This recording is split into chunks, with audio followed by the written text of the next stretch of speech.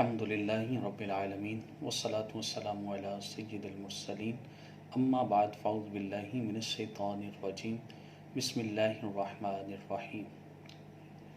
عشرہ مغفرت اپنی برکتیں لٹا رہا ہے اور سابقہ امتوں کے لیے مغفرت بہت مشکل تھی، اور اس امت کے لیے اللہ تعالیٰ نے بخشش و مغفرت کو بہت آسان بنا دیا ہے۔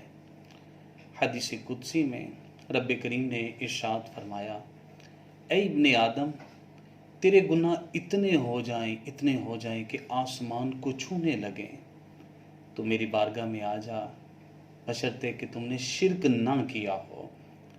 میری بارگاہ میں آ کے معافی مانگ لے، میں تیرے سارے گناہوں کو معاف فرما دوں گا۔ اللہ تعالیٰ نے اس امت کے لیے بخشش کو بہت آسان فرما دیا۔ اللہ تعالیٰ کی رحمت بخشش کا بہانہ تلاش کرتی ہے، اس یہاں سے کبھی ہم نے کنارہ نہ کیا، پر تو نے دل آزودہ ہمارا نہ کیا، ہم نے تو جہنم کی بہت کی تجویز، مگر تیری رحمت نے گوارا نہ کیا۔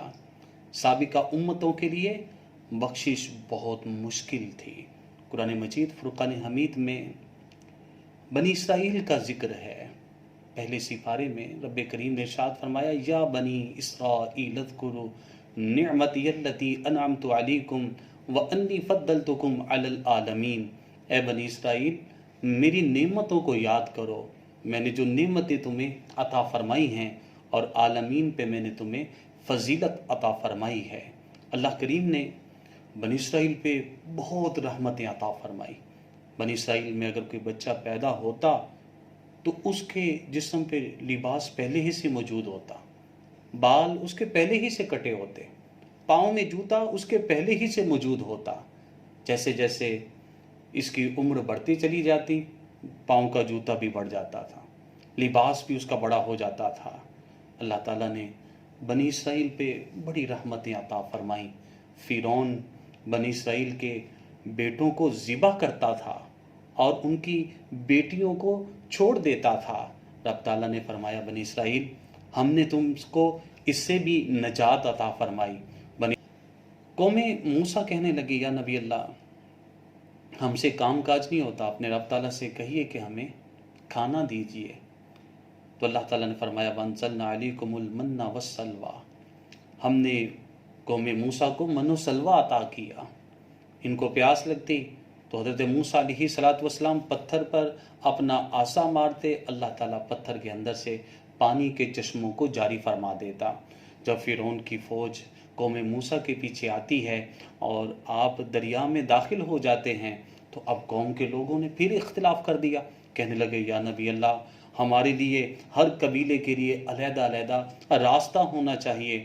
اللہ کے نبی حضرت موسیٰ علیہ السلام اپنا عصا دریا میں مارتے ہیں، راستہ بن جاتا ہے، پھر اس راستے میں اور 12 راستے بنا دیے گئے ہیں۔ پھر کہنے لگے، یا نبی اللہ، ہم ایک دوسرے کو دیکھ نہیں سکتے، ایسا کیجئے کہ ہم ایسا کر سکیں کہ ایک دوسرے کو دیکھ سکیں۔ اللہ تعالیٰ کے نبی دعا کرتے ہیں تو پانی کے اندر جو دیوار پانی کی بنی تھی اس کے اندر اللہ تعالیٰ نے سوراخ بنا دیے، ایک دوسروں کو یہ دیکھتے رہے۔ اللہ کریم نے قوم موسیٰ کو فرعون سے نجات عطا فرمائی، اور اللہ تعالیٰ نے ارشاد فرمایا کہ موسیٰ آ جاؤ، کوہ طور پہ آ جاؤ اور اپنی کتاب آ کے لے جاؤ۔ حضرت موسیٰ علیہ السلام اب اعتکاف کرتے ہیں، اور پیچھے بنی اسرائیل یہ شرک میں مبتلا ہو گئی اور بچڑے کو انہوں نے اپنا معبود بنا لیا۔ حضرت موسیٰ علیہ السلام آپ جب واپس تشریف لائے تو فرمایا، وَإِذْ قَالَ مُوسَىٰ لِقَوْمِهِ يَا قَوْمِ إِنَّكُمْ ظَلَمْتُمْ أَنفُسَكُمْ بِاتِّخَاذِكُمُ الْعِجْلَ فَتُوبُوا إِلَىٰ بَارِئِكُمْ فَاقْتُلُوا أَنفُسَكُمْ۔ حضرت موسیٰ علیہ السلام نے اپنی قوم سے فرمایا کہ اے میری قوم، بے شک تم نے اپنی جانوں پہ ظلم کیا ہے، تم نے بچڑے کو اپنا معبود بنا لیا ہے اور اللہ تعالیٰ کے ساتھ تم نے شرک کر دیا ہے۔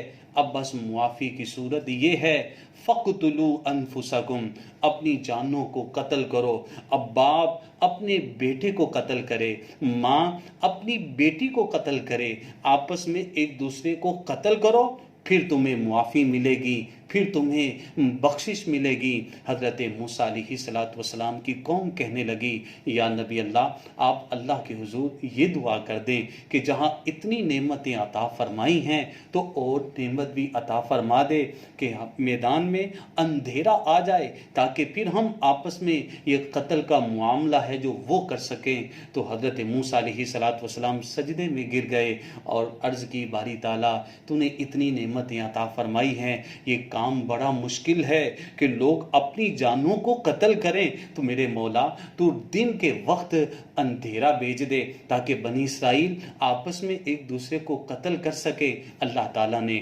یہ کرم بھی فرمایا اور دن کے وقت اندھیرا بھیج دیا، تو بنی اسرائیل نے آپس میں ایک دوسرے کو قتل کیا۔ تو قرآن نے بیان کیا، ذالکم خیر لکم عند باریکم فتاب علیکم انہ هو التواب الرحیم، کہ حضرت موسیٰ علیہ السلام کی قوم کی معافی کی صورت کیا تھی، بخشش کی صورت کیا تھی، اور مغفرت کی صورت کیا تھی؟ اپنی جان کو قتل کرو، پھر تمہیں معافی ملے گی۔ اور محبوب کی امت پہ اللہ تعالیٰ نے کتنا احسان فرمایا، کتنا کرم فرمایا، اور قرآن مجید میں فرما دیا، وَلَوْ أَنَّهُمْ إِذْ ظَلَمُوا أَنفُسَهُمْ جَاءُوكَ فَاسْتَغْفَرُوا اللَّهَ وَاسْتَغْفَرَ لَهُمُ الرَّسُولُ لَوَجَدُوا اللَّهَ تَوَّابًا رَحِيمًا۔ محبوب اپنے غلاموں سے فرما دو کہ جب تم اپنی جانوں پہ ظلم کر بیٹھو تو اللہ، اب میرے محبوب اپنے غلاموں کو فرما دو کہ جب تم اپنی جانوں پہ ظلم کر بیٹھو، محبوب تیری بارگاہ میں آ جائیں اور آ کر اللہ سے استغفار کریں اور رسول بھی سفارش کر دیں، اللہ ان کی توبہ بھی قبول فرما لے گا، ان کی بخشش بھی فرما دے گا۔ میرے پیارے بھائیوں، پہلے وقتوں میں سابقہ امتوں کے لیے کتنی مشکل امر تھا، معافی کتنی مشکل، بخشش کتنی مشکل، اپنے آپ کو قتل کرو۔